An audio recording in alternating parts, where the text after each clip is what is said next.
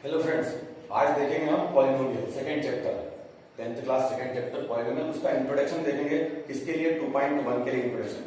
वैसे उसकी सारी वैरायटीज वगैरह देखेंगे हम, तो सारी चीज जानेंगे कि एक्चुअल में पॉलिनोमियल होता क्या है, पॉलिनोमियल्स क्या होते हैं।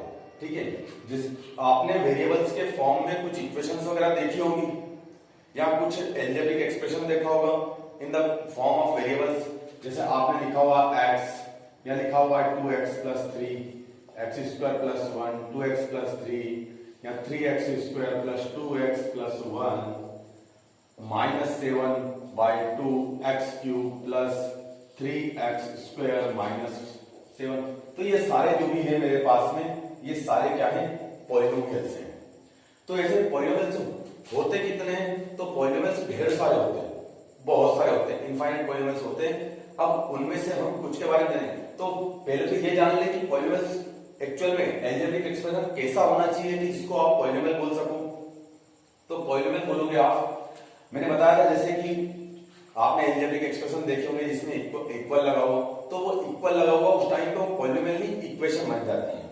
ठीक है, कि अगर मैं इसके आगे लगा देता हूं 2 लगा देता हूं तो ये इक्वेशन बन जाती है क्योंकि इसमें इक्वलिटी आ गई। पर अब पॉलिनोमियल की बात कर रहे हैं तो ये मेरे पास में जो भी लिखे हुए ये सारे पॉलिनोमियल्स हैं। अब ऐसे कितने पॉलिनोमियल्स होते हैं? तो मैंने बताया ऐसे इनफाइनाइट पॉलिनोमियल्स होते हैं। तो फिर पॉलिनोमियल को डिस्क्राइब कैसे करें या पॉलिनोमियल को पहचानना कैसे? तो पॉलिनोमियल को पहचानने का तरीका ये है कि पॉलिनोमियल उसको बोला जाएगा जब आपके पास में कोई पॉलिनोमियल लिखा हुआ है। ठीक है, एक वो आपके पास में पूरा का पूरा कंप्लीट रूट में नहीं होना चाहिए। ठीक है, एक चीज। दूसरा कि अगर आपके पास में 1 बाय एक्स स्क्वायर प्लस 1 लिखा हुआ है तो ये भी पॉलिनोमियल नहीं है। मैं बात पॉलिनोमियल की कर रहा हूं क्योंकि आगे आप जब चैप्टर सेकंड चैप्टर थर्ड में आगे आप पढ़ोगे, चैप्टर 4 तक पढ़ोगे तो आपको काफी कंफ्यूजन वगैरह मिलेगा, तो आपके क्वेश्चन वहां पर रेज होंगे, इसलिए मैं ये बता रहा हूं। ठीक है, मैं इनको पॉलिनोमियल से बोल रहा हूं कि ये पॉलिनोमियल नहीं है। अगर आपका कोई मतलब जो भी वेरिएबल होता है वो अपॉन में नहीं होना चाहिए, अपॉन में नहीं होना चाहिए। याद रखने का तरीका बता रहा हूं उसमें कि वो जो वेरिएबल्स है वो अपॉन में नहीं होना चाहिए। दूसरा, रूट के अंदर नहीं आना चाहिए।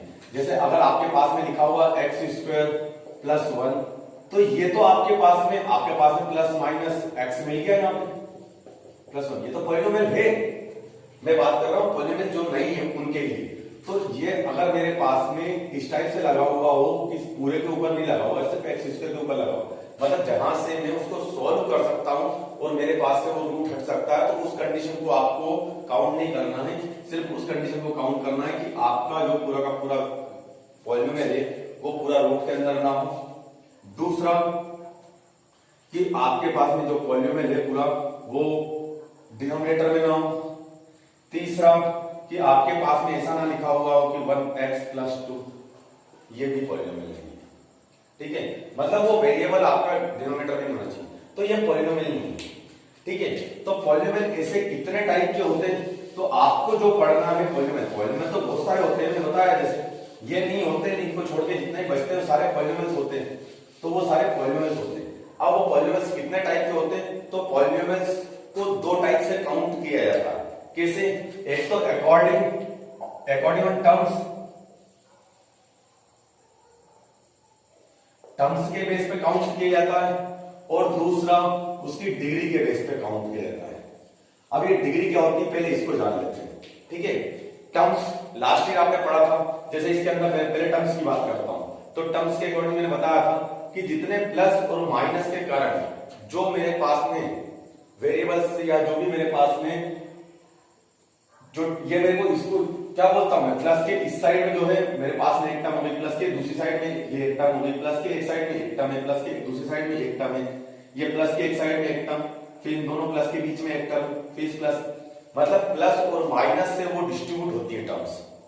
ठीक है ना, तो ऐसी जितनी भी टर्म्स होती है, अगर एक ही टर्म होती है कि लिखा हुआ है 2x तो उसको बोला जाता है, जब एक टर्म होती है तो उसको बोला जाता है क्या? मोनोमियल। ये लास्ट ईयर पढ़ा था आपने। जब 2 टर्म होती है आपके पास में, 2 टर्म कैसी? एग्जांपल में यहां पे लिखता जा रहा हूं 2x स्क्वायर, तो ये एक एग्जांपल हो गया, 2x प्लस 3 तो ये सेकंड एग्जांपल हो गया। यहाँ पे दो टर्म हो गई, टर्म अगर दो रहेगी तो उसको बोला जाएगा बाइनोमियल। ये लास्ट ईयर आपने पढ़ा था, मैं रिकॉल करवा रहा हूं, ठीक है।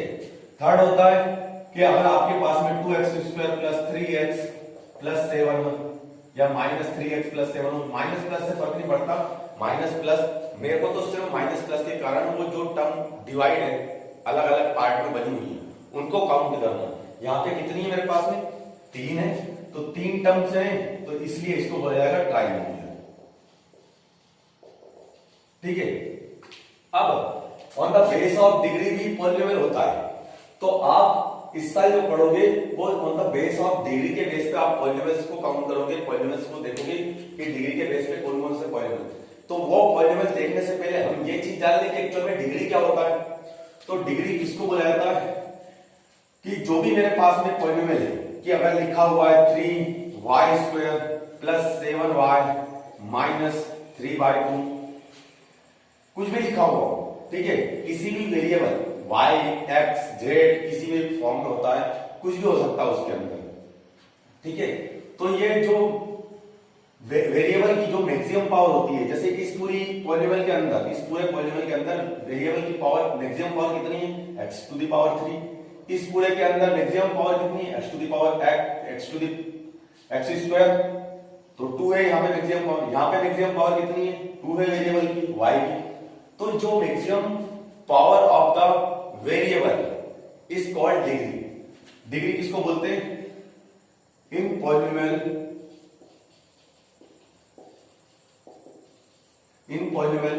मैक्सिमम पावर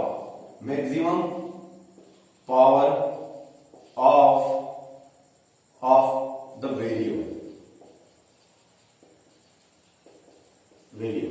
जो वेरिएबल होता है, अच्छा उसको वेरिएबल क्यों बोलते हैं, क्योंकि उसकी जो भी वेरिएबल होता है उसकी वैल्यू वेरी करती है हर क्वेश्चन में। एक्स की वैल्यू अगर आप निकालते हो तो हर बार सेम नहीं होती, हर क्वेश्चन में अलग अलग होती है, ठीक है ना। आप पहले भी करके आए हुए हैं सॉल्व, तो आपको पता है कि एक्स की वैल्यू हर बार अलग अलग होती है, हर क्वेश्चन के अंदर सेम नहीं रहेगी, तो इसलिए उनकी वैल्यू वेरी करती है, इसलिए उनको वेरिएबल बोला जाता है, ठीक है। तो डिग्री क्या हो गई, डिग्री हो गई कि in polynomial maximum power of the variable. अगर वो x के बेस पे पॉलिनोमियल बना हुआ है विद रिस्पेक्ट टू x, तो इसमें x की मैक्सिमम पावर देखोगे, ये y के बेस पे पॉलिनोमियल बना हुआ तो यहाँ पे मैक्सिमम y की पावर देखोगे, तो इसकी डिग्री कितनी हो गई, इसकी डिग्री कितनी हो गई 2, इसकी डिग्री कितनी हो गई 1, क्योंकि x की मैक्सिमम पावर कितनी है 1, यहाँ पे x की मैक्सिमम पावर कितनी है 2, तो यहाँ पे डिग्री 2, यहाँ पे x की मैक्सिमम पावर कितनी है 3, तो ये डिग्री 3 हो गई मेरे पास में, ठीक है। नीचे सबसे नीचे वाले में इसमें y की मैक्सिमम डिग्री कितनी है 2 है ना, 2 मैक्सिमम पावर कितनी है 2 है, तो इसकी डिग्री कितनी हो गई 2, तो ये हो गया आपका डिग्री, ठीक है ना। Maximum power of the variable in a polynomial is called degree, ठीक है, वो डिग्री कहलाएगी। तो ये तो हमने देख लिया डिग्री। अब डिग्री के बेस पे पॉलिनोमियल्स कौन कौन से होते हैं, तो डिग्री के बेस पे पॉलिनोमियल कौन कौन से होते हैं, अगर मेरे पास में मैं कहां लिखूं, मैं यहां लिख देता हूं, ठीक है ना। ऑन डिग्री बेसिस, डिग्री के बेस पे पॉलिनोमियल्स कितने होते हैं, तो पॉलिनोमियल्स के जो आपको पढ़ना है वो मोस्टली तो आपको दो ही टाइप के पॉलिनोमियल पढ़ना है, पर यहाँ पे क्यूबिक और बाई क्वाड्रेटिक में दे रखा है। तो जब आपके पास में डिग्री 1 हो, डिग्री 1 हो, तो उसको बोला जाएगा लीनियर पॉलिनोमियल, ठीक है। अगर डिग्री 2 है तो उसको बोला जाएगा क्वाड्रेटिक, अगर डिग्री 3 है तो क्वाड्रेटिक पॉलिनोमियल होगा, डिग्री 3 है तो क्यूबिक पॉलिनोमियल, अगर डिग्री 4 है तो इसको बोला जाएगा बाय क्वाड्रेटिक पॉलिनोमियल।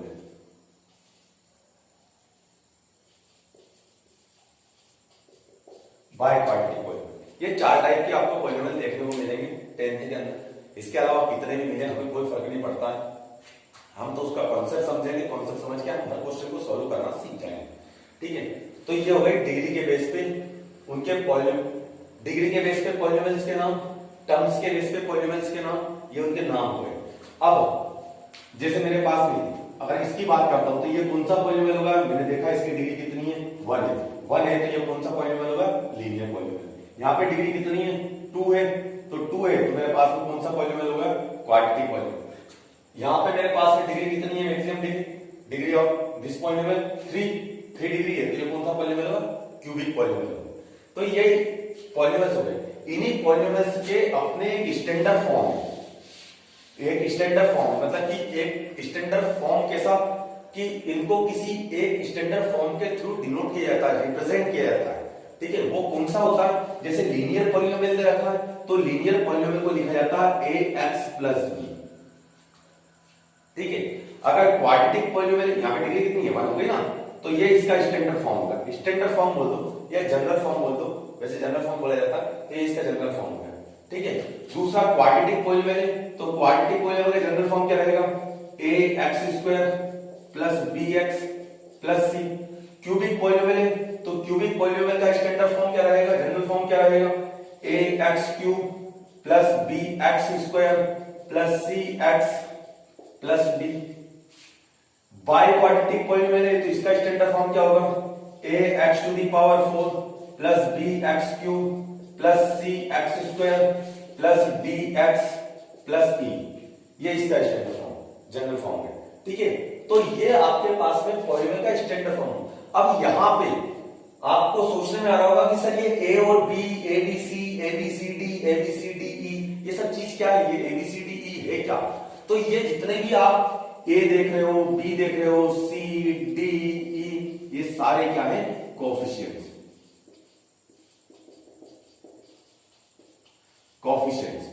कोएफिशिएंट्स मतलब कि जो आपका वेरिएबल होता है उस वेरिएबल में किस एक कांस्टेंट नंबर का इंटू है, तो यहां पे a का इंटू है, यहां पे x² में किसका इंटू है, a का इंटू है, x में किसका इंटू है, b का इंटू है, ठीक है।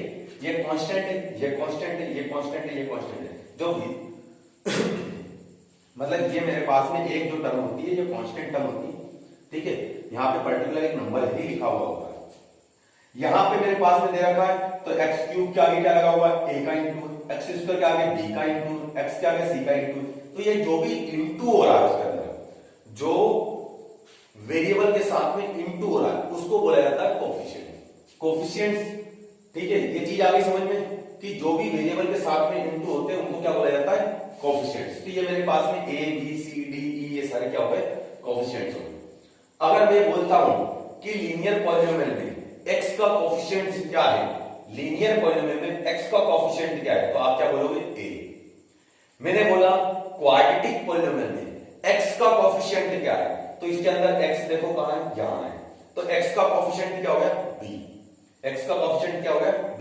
मैंने बोला इसी के अंदर x² का कोएफिशिएंट क्या है, तो आप बोलोगे x² का कोएफिशिएंट a। क्यूबिक पॉलिनोमियल के अंदर मैंने बताया कि x का कोएफिशिएंट क्या है, तो आप बोलोगे c। मैंने पूछा x³ का कोएफिशिएंट क्या है, तो आप बोलोगे a। मैंने बोला x² का कोएफिशिएंट क्या है, तो b। ऐसे ही बाई क्वाड्रेटिक पॉलिनोमियल में x⁴ का कोएफिशिएंट क्या हो गया, a, x³ का कोएफिशिएंट b, x² का कोएफिशिएंट c, x का कोएफिशिएंट d, और ये मेरे पास में कांस्टेंट होते हैं, ठीक है, मैंने जैसा बताया। तो ये कोएफिशिएंट्स हो गए। अब आपके पास में यहां क्वेश्चन बनता है कि अगर मैं यहां पे बात करूं, इसके अंदर बात करूं, तो आप क्या a b c d की वैल्यू निकाल सकते हो। अगर मैंने यहां पे पूछा x² का कोएफिशिएंट क्या है, तो देखो अगर मेरे पास में x² लिखा हुआ है, कोई भी नंबर होता है तो उसमें गारंटेड 1 का इंटू तो होता है, क्योंकि 1 से कोई फर्क नहीं पड़ता। किसी भी नंबर में अगर आप 1 से इंटू करते हो तो आपको वही नंबर मिलेगा। तो यहां पे भी आपके पास में क्या है, x² है, तो इस x² में किसका इंटू है, इनडायरेक्टली 1 का इंटू है ना, जो हाइड है दिखाई नहीं दे रहा, पर 1 का इंटू है, तो आप क्या बोलोगे, मैंने पूछा अगर x² का कोएफिशिएंट क्या है, तो आप बोलोगे +1। मतलब उसके आगे जो साइन लगा हुआ है उसको भी इंक्लूड करना है, ठीक है। मैंने पूछा इसके अंदर x का कोएफिशिएंट क्या है, तो आप बोलोगे +2। मैंने पूछा इसके अंदर x का कोएफिशिएंट क्या है, तो आप बोलोगे +2। x² का कोएफिशिएंट क्या है, +3। यहां पे x³ का कोएफिशिएंट क्या है, -7/2। x² का कोएफिशिएंट क्या है, +3, ठीक है। तो ये कोएफिशिएंट हो गए, ठीक। अब ये कोएफिशिएंट हो गए। इन्हीं कोएफिशिएंट्स के बेस पे आप ये डिसाइड कर सकते हो, इन्हीं कोएफिशिएंट्स के बेस पे आप A B C D E इनकी भी वैल्यू डिसाइड कर सकते हो। तो आप इतना नोट करें, इतना नोट करने के बाद में फिर आगे बढ़ता हूं, ठीक है। आप वीडियो को पॉज कर ले और इतना नोट कर ले ताकि मैं इसको मिटाऊं तो आपके पास में यह अल्टरनेटिव आपके पास में प्रेजेंट रहे, ठीक है।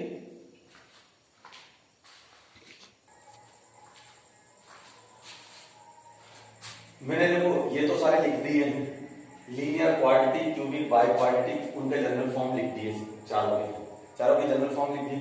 उनके नीचे मैंने कुछ मन से पॉलिनोमियल्स लिखे हुए हैं, कुछ मन से पॉलिनोमियल्स लिखे हुए हैं। इन पॉलिनोमियल्स को देख के हम ए बी सी डी और ई की वैल्यू निकालेंगे। जहां पे अगर लीनियर पॉलिनोमियल है तो उसके पास में ए और बी रहेंगे, क्यूबिक है तो उसके पास में ए बी सी डी रहेंगे, ठीक है। तो ऐसे ही सभी जिसके पास में जितने हैं उतने के कोएफिशिएंट्स के वैल्यूज निकालेंगे। तो क्या यहाँ पे ए की वैल्यू कितनी हो जाएगी? अगर आप देखोगे तो ये कोएफिशिएंट्स की वैल्यू मतलब जो x का कोएफिशिएंट है वो a है, तो यहाँ पे x का कोएफिशिएंट क्या है 3/2, तो इसलिए a की वैल्यू क्या हो जाएगी 3/2। और b की प्लेस पे देखो +1 लिखा हुआ है, तो इधर ये +1 दे रखा है, इधर +b दे रखा है, तो b की वैल्यू क्या होगी 1। ये लीनियर मतलब हम a b c d e की वैल्यू हम फाइंड आउट कर सकते हैं। अगर हमारे पास में पॉलिनोमियल पड़ा हुआ है, पॉलिनोमियल दे रखा है हमारे पास में, तो हम उस पॉलिनोमियल के जनरल फॉर्म के साथ में कंपेयर करके a b c d e इन सब की कोएफिशिएंट्स की वैल्यू हम निकाल सकते हैं।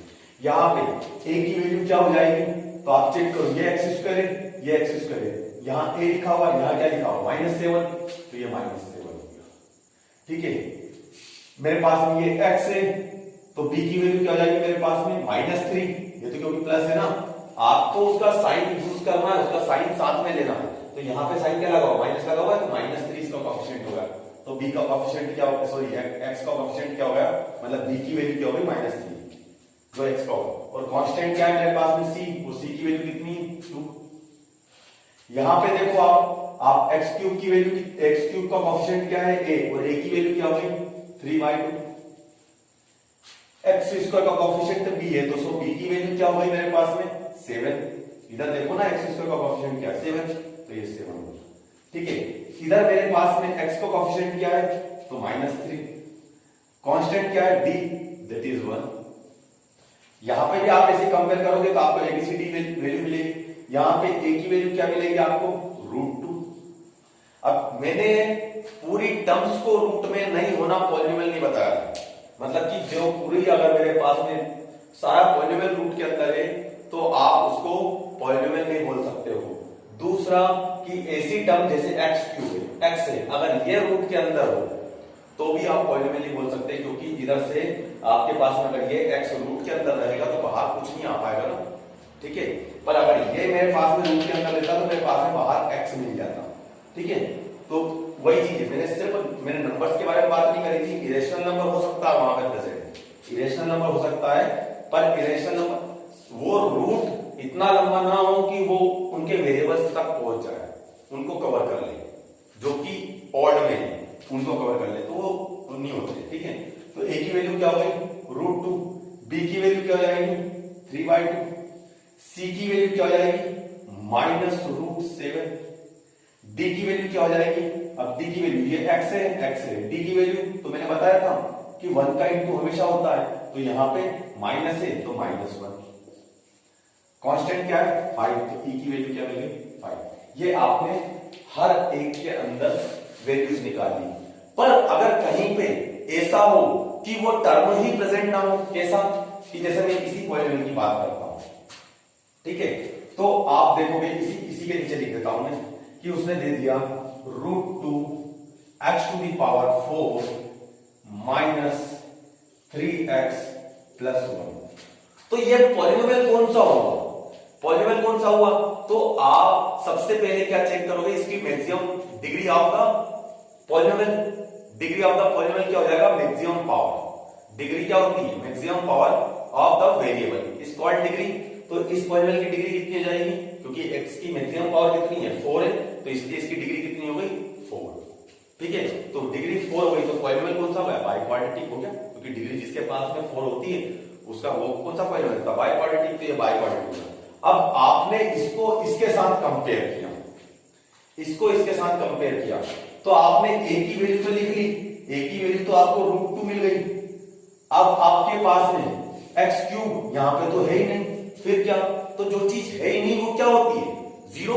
जो चीज नहीं है वो क्या होती है, जीरो। या तो आप इसको इस फॉर्म में लिख सकते हो, देखो √2 x⁴, फिर प्लस मेरे पास में नहीं दे रखा x दे रखा है, क्यूब नहीं है, स्क्वायर नहीं है, तो मैं 0x³ लिख सकता हूं, प्लस 0x² लिख सकता हूं, -3x+1 लिख सकता हूं। अब देखो आपके पास में आप कंपेयर करोगे तो x⁴ तो √2 आपके पास मिल रहा है, b की प्लेस पे क्या मिल जाएगा, ये b की प्लेस पे x³ क्या आगे क्या लगा हुआ है, 0। देखो ना, ये मेरे पास में 0 का इंटू करूंगा तो मेरे पास में जैसे जब इसको सॉल्व करूंगा तो यही तो इक्वेशन रह जाएगी। तो इसलिए b की वैल्यू क्या होगी, 0, c की वैल्यू भी क्या होगी, 0, d की वैल्यू क्या होगी, -2, चेक करो, और e की वैल्यू क्या होगी, 1+1। ठीक है, तो ये आपका तरीका होगा कोएफिशिएंट्स की वैल्यू निकालने का, ये तरीका हो गया। ये कंपेयर करके आपको कोएफिशिएंट्स की वैल्यू फाइंड आउट करने का आपको तरीका मिल गया।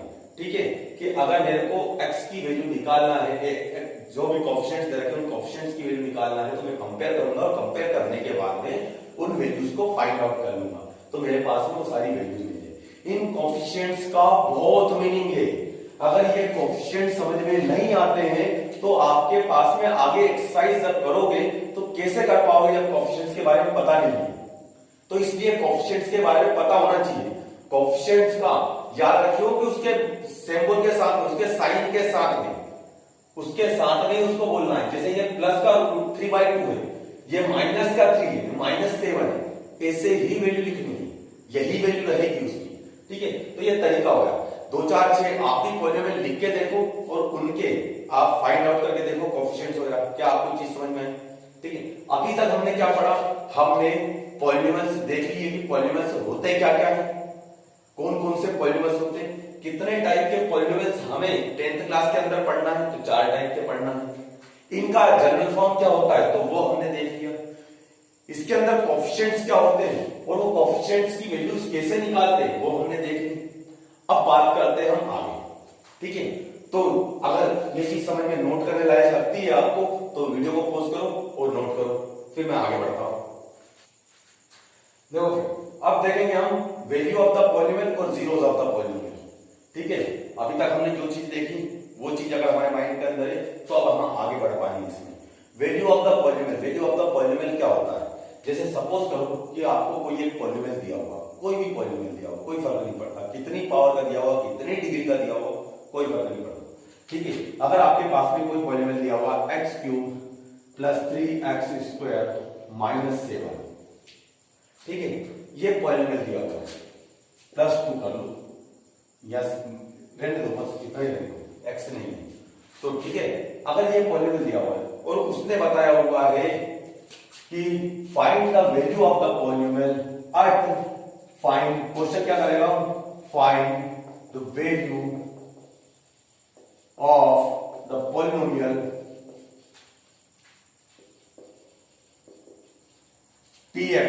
देखो पॉलिनोमियल को उसके मतलब किससे डिनोट किया जाता है, पॉलिनोमियल को px भी डिनोट किया जाता है, polynomials with respect to x, p for polynomial with respect to x, मतलब कि इसके अंदर जो वेरिएबल मिलेगा वो सारा x मिलेगा। अगर polynomial with respect to y लिखा हुआ है, पॉलिनोमियल py लिखा हुआ है, तो मतलब कि पॉलिनोमियल के अंदर सारा y मिलेगा, जो भी y दे रखा है वो सारा क्या है, वेरिएबल है। अगर z दे रखा है तो z उसके अंदर मिलेगा और वो z वेरिएबल का काम करेगा। यहाँ पे कौन सा वेरिएबल मिलेगा आपको, x मिलेगा। तो उसने बताया find the value of the polynomial px at x is equal to 2 कर लो, कुछ भी कर लो, x is equal to 2, या मैं -2 कर लेता हूं तो आपका एक साथ ही खत्म हो जाएगा सब। ठीक है, -2 के अकॉर्डिंग इस पॉलिनोमियल की वैल्यू क्या रहेगी, at x is equal to 2। तो आपको कैसे सॉल्व करना है, देन आपको वैल्यू फाइंड आउट करनी है, तब आप क्या करोगे, then put the value of x ठीक है ना। Put the value of x, x की वैल्यू क्या दे रखी है -2, तो -2 इसकी जगह पर रख दोगे आप एक्स की जगह, तो ये एक्स की जगह पे मैंने -2 रखा क्योंकि क्यूब है इसलिए मैंने क्यूब कर दिया, प्लस लगाया 3 लिखा, -2 था इसका स्क्वायर था मैंने स्क्वायर लिखा, -7 था मैंने 7 लिखा। मैंने सिर्फ एक्स को रिप्लेस किया है, बाकी किसी से भी छेड़छाड़ नहीं है, सिर्फ एक्स को रिप्लेस किया मैंने किससे, -2 से, क्योंकि उसने बताया था -2 के ऊपर इस पॉलिनोमियल की वैल्यू फाइंड आउट करके दो, तो हमने फाइंड। अभी इसको आगे सोल्व किया तो 2 2 4 4 2 8 हो जाएगा, बट काय का मिलेगा, माइनस का, क्योंकि पावर कितनी है 3 है, पावर अगर 2 होती इवन में होती पावर मेरे पास में तो यहां पे मेरे को प्लस मिलता, पर ऑड में है पावर मेरे पास में इसलिए माइनस मिला। यहां पे आगे गया +3 इंटू टू, -2 की पावर 2 दे रखी है तो माइनस की पावर इवन में दे रखी है तो मेरे को प्लस मिलेगा, और 2 की पावर 2 हो गई दैट इज 4, ठीक। -7 था मैंने -7 लिखा, ये -8 था मैंने इसको एज इट इज लिखा, प्लस 4 3 12 -7, मैंने माइनस माइनस वाली टर्म्स को आपस में ऐड कर दिया, हम सीखे पहले भी सीखे, तो कितना हुआ मेरे पास -15 प्लस 12 बच गया, 8 और 7 को मैंने ऐड कर दिया क्योंकि दोनों ही माइनस की टर्म थी तो दोनों को ऐड कर दिया तो क्या मिला -15, बचा क्या प्लस का 12, सॉल्व किया तो कितना मिला -3।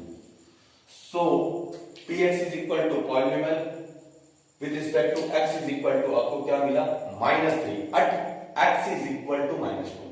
अगर आप x की जगह पे -2 रखते हो तो पॉलिनोमियल की वैल्यू -3 होती है। ये हुआ क्या आपका वैल्यूज ऑफ द पॉलिनोमियल आपने फाइंड आउट किया, ये हुआ पॉलिनोमियल की वैल्यू फाइंड आउट करना। अभी मैं बात करता हूं, ये तो होगा पॉलिनोमियल की वैल्यू आपने फाइंड आउट की, अब मैं बात कर रहा हूं zeros of the polynomial. Zeros of the polynomial क्या होता है, zeros of the polynomial, zeros को समझना पहले, पॉलिनोमियल तो समझ में आ गया, जीरोस को समझना। जीरोस क्या होता है, जीरोस होता है कि x की वो पर्टिकुलर वैल्यू, x की वो वैल्यू जिसको अगर मैं पॉलिनोमियल के अंदर रखूं तो मेरा पॉलिनोमियल जीरो बन जाएगा। x की वो वैल्यू कि अगर मैं उस x की वैल्यू को पॉलिनोमियल के अंदर x से रिप्लेस कर दूं, उस वैल्यू मतलब x को रिप्लेस कर दूं उस पर्टिकुलर वैल्यू से और तो सॉल्व करूं तो जैसे मेरे को यहां पे -3 मिला, ऐसा मेरे को जीरो मिल जाए, क्या मिल जाए, जीरो मिल जाए, जीरो मिल जाए। तो अगर मेरे को वो जीरो मिल जाएगा तो मैं उस वैल्यू को जो मैंने रखी है उस वैल्यू को बोलूंगा कि वो उस पॉलिनोमियल का जीरोस हो जाएगा, अगर मेरे को सॉल्व करने पे जीरो मिलता है। कुछ बात आई समझ में? अब देखो मैं एक क्वेश्चन लेता हूं, ठीक है,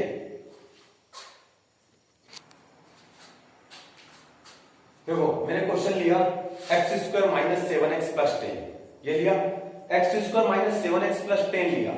तो अब मैं बोलता हूं इसके कि इसका जो जीरोस है वो जीरोस क्या है, एक 5 है एक 2 है, इसके दो जीरोस है, दो जीरोस कौन कौन से हो गए, 5 और 2।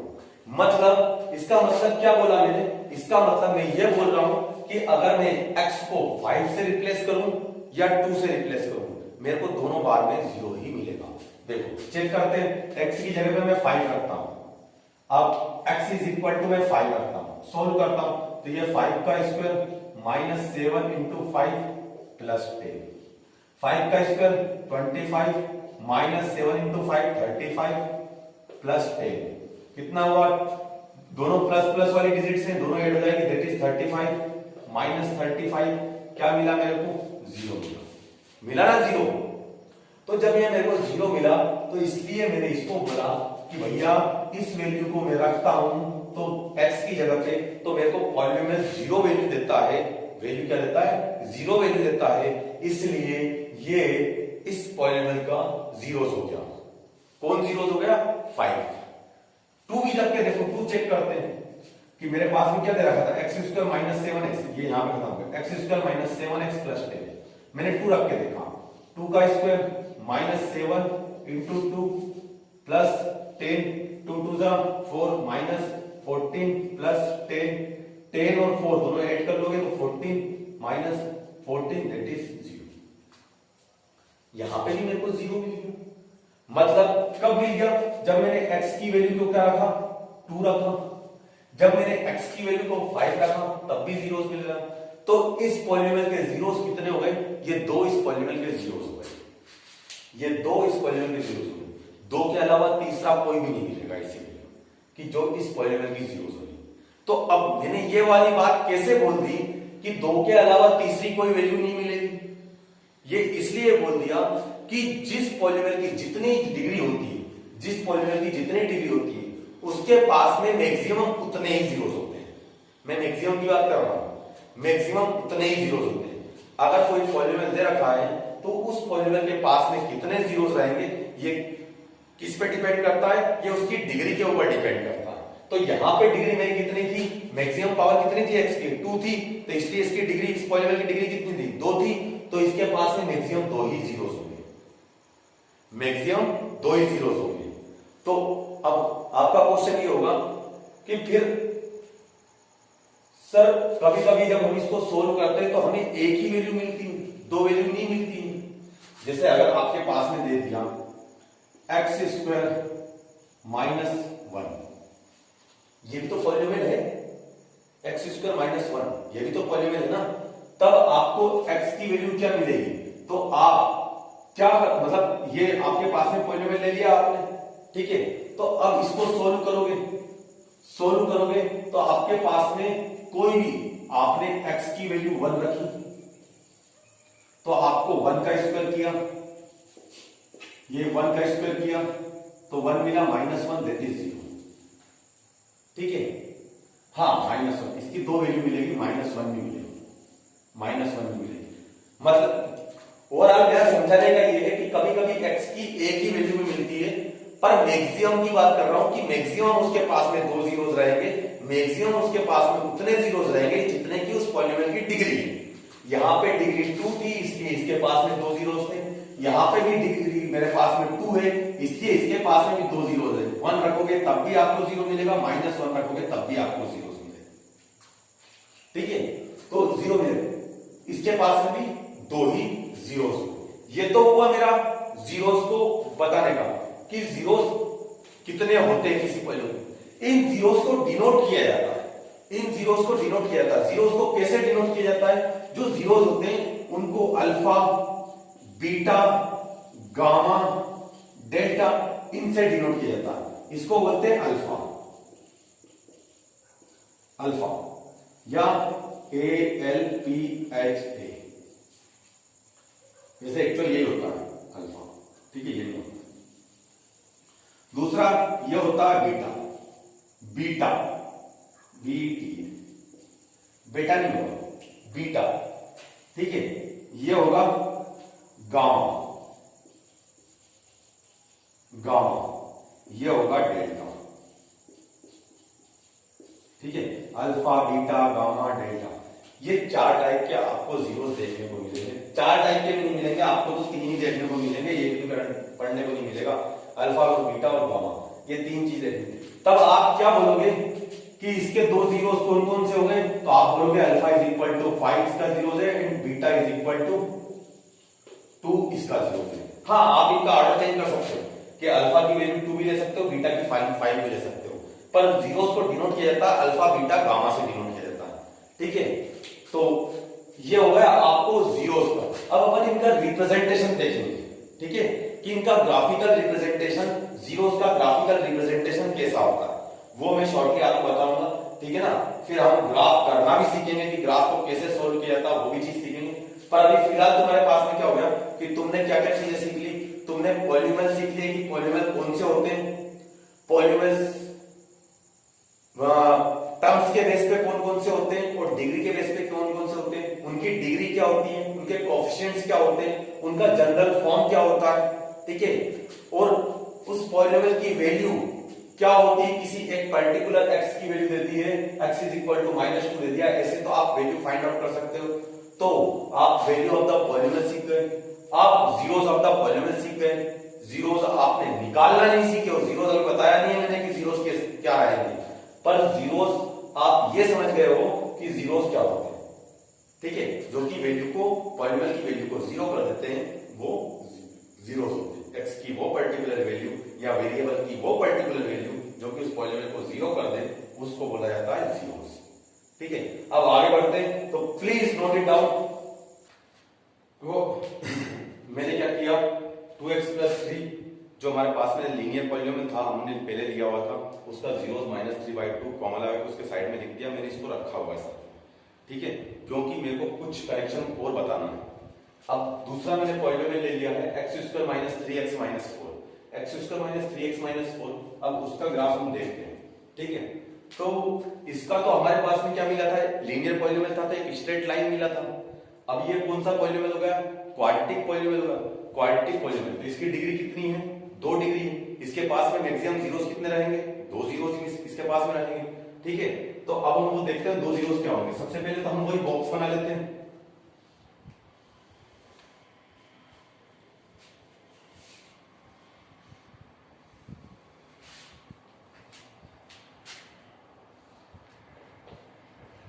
y = लिया हुआ मैंने इसको, ठीक है, एज्यूम कर लिया y = जैसा हम एज्यूम करते थे वैसा मैंने एज्यूम कर लिया y = तो अभी मैं y की वैल्यू लिखूंगा, मतलब कि x² - 3x - 4 के साथ में सॉल्व करके लिखूंगा, ठीक है।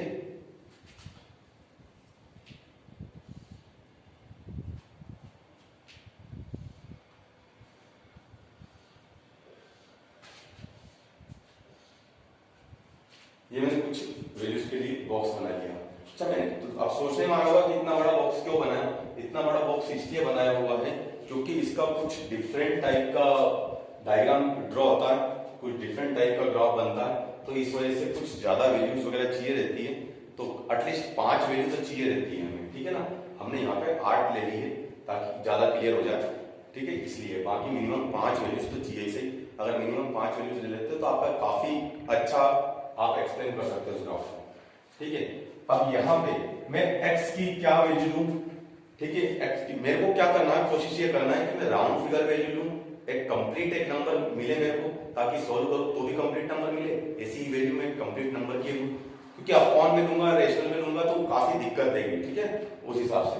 तो अगर मैं ले लेता हूं -2 ले लेता हूं, -1 ले लेता हूं, 0 1 2 3 4 5, इन वैल्यूज को रख के देखते हैं। पहले मैं -2 रखता हूं, तो -2 रखता हूं, -2 का स्क्वायर किया तो देखो मेरे पास में क्या था, x² - 3x - 4। अगर मैंने क्या रखा, x = क्या रखा, मैंने अभी -2 रखा, -2 रखा, तो x की जगह में -2 रखा, तो ये क्या हुआ, -2 का स्क्वायर -3 × -2 -4। सोल्व किया तो क्या मिला मेरे को, -2 का स्क्वायर 4, -3 का -2 में किया तो प्लस का 6 -4, दैट इज कितना मिला मेरे को, 4 से 4 कैंसिल हो गया तो क्या मिला, 6। तो क्या मिला, 6। अगर मैं -1 रखता हूं तब चेक करता हूं, -1 रखा तो आपने x की जगह में -1 रखा, कितना मिला, तो ये -1 का स्क्वायर -3 × -1 -4। सोल्व किया तो क्या मिला, 1 प्लस 3 1 जा 3 -4, तो ये सब चला गया मेरे पास में, 4 से 4 चला गया 3 1 4, 4 से 4 चला गया, कितना मिला, 0। तो 0 मिला मेरे को, ठीक है। अब नेक्स्ट वैल्यू क्या ले ली मैंने, नेक्स्ट वैल्यू ले ली मैंने 0 ले ली। तो यहाँ पे क्या किया मैंने, 0 का स्क्वायर -3 × 0 -4। सोल्व किया तो ये भी 0 हुआ, ये भी 0 हुआ, तो क्या बचा, -4। तो ये वैल्यू क्या मिली मेरे को, -4। फिर 1 रख के देखा तो 1 रखा तब क्या मिली मेरे को, 1 का स्क्वायर -3 × 1 -4। सोल्व किया तो 1 का स्क्वायर 1 -3 -4, तो -3 -4 7, माइनस का 7 हुआ, माइनस के 7 में से 1 चला गया तो -6। तो क्या मिला, -6, ठीक है। अब 2 रख के देखिए, 2 स्क्वायर -3 × 2 -4। सोल्व किया इसको तो कितना हुआ, 4 -6 -4, तो 4 से 4 कैंसिल हुआ तो क्या मिला, -6, ठीक है। 3 रख के देखिए आपने, 3 रख के देखिए वैल्यूज, तो 3 रख के देखिए, ये मैंने 2 रखा था तब क्या मिला मेरे को, -6। अब 3 रख के देखी तो 3 स्क्वायर माइनस 3 इंटू 3 माइनस 4, तो 3 का स्क्वायर 9 माइनस 9 माइनस 4, तो 9 से 9 चला गया मेरे पास में, तो क्या बचा -4, तो ये -4 मिला। 4 रख के देखी तब क्या मिला 4 स्क्वायर माइनस 3 इंटू 4 माइनस 4, तो 4 का स्क्वायर कितना हुआ 16 माइनस 12, 3 4 12 माइनस 4, तो 16 में से 4 चला गया तो कितना बचा 4, 4 में से 4 चला गया तो 0, तो क्या मिला 0। 5 रख के देखी तो कितना मिला 5 square minus 3 into 5 minus 4, solve किया कितना मिला 25 माइनस 15 माइनस 4, तो कितना मिला मेरे को 25 में से 15 चला गया 10 में से -4 गया तो 6, तो कितना मिला 6। ये वैल्यूज हमें लकी थे हम कि हमें सारी वैल्यूज जो भी मिली सारी की सारी कंप्लीट नंबर मिली, ठीक है, रेशनल में ना मिली।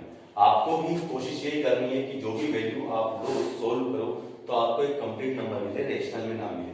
अब इन वैल्यूज को पुट कर देते हैं, करते हैं तो सबसे पहले क्या करना -2,6 ये वाली तो वैल्यू x पे लेनी है, ये वैल्यू y पे, ये पूरी की पूरी जितनी भी जाएगी ये x पे और ये y पे, ठीक है ना, तो ये वैल्यू ले लेते हैं -2,6, तो -2 तो ये हुआ और 6 ये हुआ, तो यहाँ पे वैल्यू मिल गई, ये हुआ मेरे पास -2,6। ये लास्ट ईयर जो आपने किया है बस वैसे ही कर रहे हैं, ठीक है। फिर -1,0 तो ये -1 के ऊपर ही रहेगा, ये -1,0। फिर नेक्स्ट वैल्यू क्या हो गई 0,-4, तो यहां पे आ गई है 0,-4। फिर नेक्स्ट वैल्यू क्या हो गई 1,-6, तो ये -6, तो ये 1,-6, ये हो गई 1,-6। फिर नेक्स्ट वैल्यू क्या हो गई 2,-6,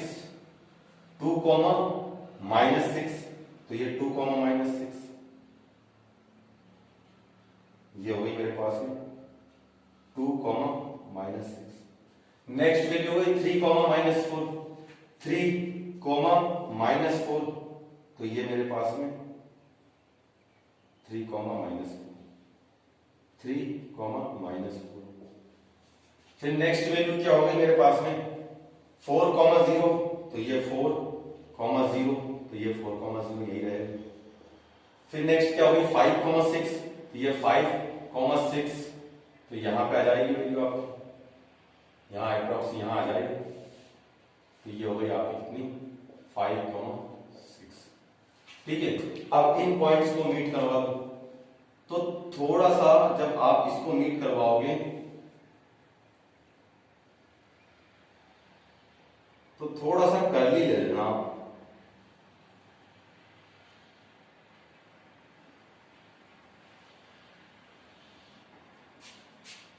गड़बड़ हो गई, कोई नहीं, आप समझ गए होंगे, ठीक है। ये आपके पास में एक ग्राफ तैयार हो गया है, किसका ग्राफ तैयार हो गया है, तो आप लिख दोगे इसको क्या लिखोगे, क्या थी आपका पॉलिनोमियल y = आप लिखोगे x² - 3x - 4, ये आपके पास में पॉलिनोमियल तैयार हो गया, ठीक है। ये पॉलिनोमियल का ग्राफ तैयार हुआ है। अब पॉलिनोमियल का ग्राफ तैयार हुआ है, अब इसके जीरोस क्या रहेंगे, तो आप देखो x एक्सिस कहां पे कट हो रही है, एक -1 पे और दूसरा 4 पे। x एक्सिस कहां पे कट हो रही है, -1 पे कट हो रही है और 4 पे कट हो रही है, तो -1 और 4। अब चेक करते हैं क्या -1 और 4 से हमें 0 मिलता है। आप -1 रखते हो तो क्या आपको 0 मिलता है, तो आपने पहले -1 रख के देखा, चेक करो 0 मिला था, 4 रख के देखा था आपको 0 मिला था ना। तो क्या हुआ, इसका मतलब कि हमें पास में जो दो वैल्यू मिली है -1 और 4, इन दोनों से तो मिली, और यही तो मेरे पास में जीरोस हुए उसके, तो इसके पास में मोस्टली कितने जीरोस होते हैं, जो क्वाड्रेटिक पॉलिनोमियल है तो क्वाड्रेटिक पॉलिनोमियल के पास में कितने जीरोस होते हैं? क्वाड्रेटिक पॉलिनोमियल के पास में जो जीरोस होते हैं वो 2 होते हैं। मोस्टली कितने होते हैं? 2 होते हैं। तो यहाँ पे हमारे पास में ये 2 जीरोस निकल गए। 2 जीरोस कौन से? ये दोनों जीरोस नहीं, इनके आगे जो हमने वैल्यू ली थी 1, -1 और 4, और वही हमारे यहाँ पे इंटरसेक्ट हुई। मतलब कोई भी पॉलिनोमियल का ग्राफ एक्स एक्सिस को जहां जहां पे कट करेगा उसके पास में उतने जीरोस होंगे।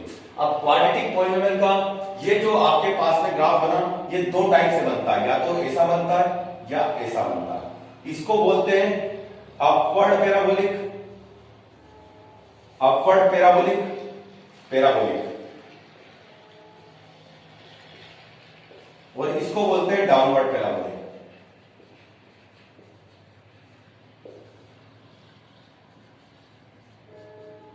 ये अपवर्ड पैराबोलिक हुआ, ये डाउनवर्ड पैराबोलिक हुआ। अब ये ग्राफ कब बनता है और ये कब बनता है? जब आपके पास में a की वैल्यू ग्रेटर देन 0 होती है तब बनता है। जब a की वैल्यू लेस देन 0 होती है तब ये वाला ग्राफ बनता है। अब ये a क्या है यहां पे? तो a क्या है भैया, आप इसको इसका जो जनरल फॉर्म है वो लिखोगे ax² minus plus bx plus c, ये रखोगे तब आपको मालूम पड़ेगा कि ये a जो है, अगर ये देखो a 0 होता मेरा तो ये क्वाड्रेटिक पॉलिनोमियल ही नहीं होता, क्योंकि ये टर्म मेरी 0 हो जाती है तो ये लीनियर पॉलिनोमियल बन जाता। मतलब कि हर जो भी पॉलिनोमियल लिखोगे, कोई भी पॉलिनोमियल लिखोगे, वहां पे आप उस पॉलिनोमियल के रेफरेंस में ये साथ में ये चीज दोगे कि a does not equal to 0, a 0 नहीं होना चाहिए कभी भी। लीनियर पॉलिनोमियल के लिए भी, क्वाड्रेटिक के लिए, क्यूबिक के लिए, बाई क्वाड्रेटिक के लिए, एनी पॉलिनोमियल जो भी आप लिखोगे तो उसके साथ में कंडीशन, जब उसका आप जनरल फॉर्म लिखोगे तो साथ में कंडीशन लिखोगे कि a does not equal to 0, क्योंकि अगर a 0 होता है भैया तो मेरे पास में तो मैक्सिमम पावर वाली सारी चीज चली गई, अब तो उसकी डिग्री 1 बच गई, क्योंकि ये तो 0 हो जाएगा ना, इसलिए ये लिखा जाता है। अब यही a डिसाइड करता है कि आपका जो ग्राफ बनेगा वो अपवर्ड पैराबोलिक बनेगा या डाउनवर्ड पैराबोलिक बनेगा। अगर इस a की वैल्यू आप चेक करो, यहाँ पे a की वैल्यू क्या थी? 1 थी, x² तो x के आगे क्या लगा हुआ? 1, तो यहाँ पे x के आगे क्या लगा हुआ? a, तो a की वैल्यू क्या मिली? 1, तो a की वैल्यू 1 मिली जो कि ग्रेटर देन 0 है, इसलिए मेरे को जो ग्राफ मिला वो अपवर्ड पैराबोलिक मिला। अगर मेरे पास में a की वैल्यू लेस देन, मतलब कि ये नेगेटिव होती, ये नेगेटिव होती, ये वाली टर्म मेरी नेगेटिव होती, तो मेरा जो ग्राफ बनता वो डाउनवर्ड पैराबोलिक बनता। ठीक है, पर हमें ये चीज तो हमने सीखी, साथ में हमें जो मोस्ट इंपोर्टेंट था वो था जीरोस, कि जीरोस एक्चुअल क्या होता है? तो जीरोस वो होता है कि जो हमारा ग्राफ है वो एक्स एक्सिस को कहां कट कर रहा है, कहां टच कर रहा है। अब मैं 5 6 7 ग्राफ बना के बताऊंगा, यहाँ पे कुछ ग्राफ बनाऊंगा और उन ग्राफ के ऊपर हम ये देखेंगे कि उसके जीरोस कितने हैं। जीरोस के बाद में हम ये चीज भी देखेंगे कि अगर उस ग्राफ की डिग्री कितनी हो सकती है, कितनी होगी उस ग्राफ की डिग्री, वो कैसे फाइंड आउट करेंगे? सिर्फ ग्राफ को देख के, जहां पे आपके पास में कोई नंबर की मार्किंग ना होगी, सिर्फ आपके पास में कुछ डिजाइन बनी हुई होगी, उन डिजाइन को देख के हम समझेंगे कि इस ग्राफ के पास में जीरोस कितने हैं और उसकी डिग्री कितनी है। ठीक है, ये चीज, वो ग्राफ कौन सा है, ये सिर्फ हम उससे देखेंगे। तो प्लीज आप इसको नोट कर लें, इसको नोट कर लें, फिर हम आगे बढ़ते हैं इसी में। ठीक, आप लोगों को काफी अंडरस्टैंड, मतलब काफी चीजें समझ में आ गई होगी। ठीक है, -1 4 ये मेरे पास में जीरोस आया, क्यों जीरोस आया? क्योंकि ये मेरे पास में जो ग्राफ था इसने एक्स एक्सिस को इन 2 पॉइंट्स पे कट करा, जिन 2 पॉइंट्स पे कट करा वही मेरे दोनों जीरोस हुए। मतलब इन दोनों वैल्यूज को मैं रखूंगा एक्स की जगह पे तो मेरे को जीरो मिल जाएगा। ठीक है, अब बढ़ते हैं हम आगे, तो प्लीज नोट इट डाउन। देखो यहाँ पे मैंने कुछ ग्राफ बनाए हुए हैं, इन ग्राफ को देख के हम 2 चीज निकालेंगे। ठीक है, एक डिग्री और एक जीरोस। डिग्री के बेस पे तो हम बता देते हैं, अगर डिग्री 1 है तो लीनियर, 2 है तो क्वाड्रेटिक, 3 है तो क्यूबिक, 4 है तो बाई क्वाड्रेटिक, वो तो हमें पता। ठीक है, अब पर हम ग्राफ को देख के उनकी डिग्री फाइंड आउट करेंगे और जीरोस फाइंड आउट करेंगे कि उसके पास में जीरोस कितने हैं और डिग्री कितनी है। ठीक है, तो ये चीज जानिए। ये पहला ग्राफ है मेरे पास में, इसके पास में डिग्री कितनी है? तो आप देखो ये एक स्ट्रेट लाइन ग्राफ बना हुआ है, ये जो ग्राफ बना हुआ है ये कैसा है? एक स्ट्रेट लाइन है। स्ट्रेट लाइन है तो एक स्ट्रेट लाइन कौन सा ग्राफ होता है? लीनियर। और आप चेक करो कि मेरे पास में ये इसके पास में जीरोस कितने हैं, तो इसके पास में एक भी जीरोस नहीं है, एक भी जीरोस नहीं है, ठीक है ना। तो इसके पास में एक भी जीरोस नहीं है। और डिग्री कितनी है इसकी, क्योंकि एक्स एक्सिस को कट करता तो जीरोस होता ना, इसने एक्स एक्सिस को कहीं कट किया ही नहीं, पैरेलल टू एक्स एक्सिस चला गया है। अगर पैरेलल टू एक्स एक्सिस चला गया तो इसके पास में कहां से जीरोस होगा, एक्स एक्सिस इंटरसेक्ट होना जरूरी है ना, तो यहां पे इंटरसेक्ट तो हुई नहीं एक्स एक्सिस, तो जीरोस होगा ही नहीं, ये पैरेलल टू एक्स एक्सिस हो गई। दूसरा, डिग्री कितनी हो गई इसके पास में, तो डिग्री कितनी हो गई इसके पास में 1, क्यों, क्योंकि ये एक स्ट्रेट लाइन है, लीनियर है। दूसरा एक और तरीका है आपको डिग्री जानने का, अगले वाले में मालूम पड़ेगा। इसके पास में जीरोस कितने हैं, आप चेक करो, इसके पास में जीरोस कितने हुए, तो ओनली 1 जीरोस, क्योंकि एक ही जगह पे इंटरसेक्ट किया है इसने, सिर्फ इसके पास में एक जीरोस हुआ, ठीक है, एक ही जीरोस हुआ, 2 जीरोस नहीं हुए, एक ही जीरोस हुआ। मतलब कि जो ग्राफ आया था सिर्फ टच करके एक्स एक्सिस को ये किसी एक पॉइंट पे टच करके वापस रिटर्न हो गया, तो इसलिए इसके पास में जीरोस, नंबर ऑफ जीरोस कितने हुए 1। और इसकी डिग्री कितनी हुई, आपने देखा पैराबोलिक है, अपवर्ड पैराबोलिक है, तो मतलब कि जीरोस कितने हुए इसके पास में, तो एक डिग्री कितनी हुई इसके पास में, क्योंकि अपवर्ड पैराबोलिक है, तो अपवर्ड पैराबोलिक किसका बनता है, क्वाड्रेटिक का, तो इसकी डिग्री कितनी रहेगी 2। दूसरा तरीका चेक करने का कि एक स्ट्रेट लाइन आप एज्यूम करो, ऐसी स्ट्रेट लाइन एज्यूम करो जो कि इस ग्राफ को मैक्सिमम टाइम इंटरसेक्ट कर सके, तो जितनी बार वो स्ट्रेट लाइन इंटरसेक्ट करेगी उसको बोला जाएगा डिग्री ऑफ द पॉलिनोमियल। जैसे मेरे पास में एक स्ट्रेट लाइन मैंने एज्यूम करी, तो एक स्ट्रेट लाइन मेरी कितनी बार, दो बार कट कर रही है, तो इसलिए इसकी डिग्री कितनी हो गई 2। यहां पे भी अगर आप एक स्ट्रेट लाइन करते हो ड्रॉ, तो इसको एक ही बार कट रही, या स्ट्रेट लाइन वापस मुड़ के पाएगी नहीं ना, तो एक ही बार करेगी, इसलिए इसकी डिग्री 1 है। यहां पे इसकी डिग्री कितनी होगी, इसकी डिग्री कितनी होगी, डिग्री पूछा मैंने, डिग्री कितना होगा, तो आप देखो कि डिग्री एक लाइन आप एज्यूम करोगे कि जो कि इसको मैक्सिमम टाइम इंटरसेक्ट कर सके, ये आपने एज्यूम करी, ये इंटरसेक्ट कितनी बार कर रही है, 1 2 3, तो डिग्री कितनी हो गई इसकी 3। तो कौन सा पॉलिनोमियल हुआ ये, क्यूबिक, क्यों, क्योंकि इसकी डिग्री कितनी है 3 है। अब जीरोस कितने हुए इसके पास में, तो चेक करो एक्स एक्सिस कितनी बार इंटरसेक्ट हुई है, 1 2 एंड 3 टाइम्स, तो जीरोस कितने हुए 3।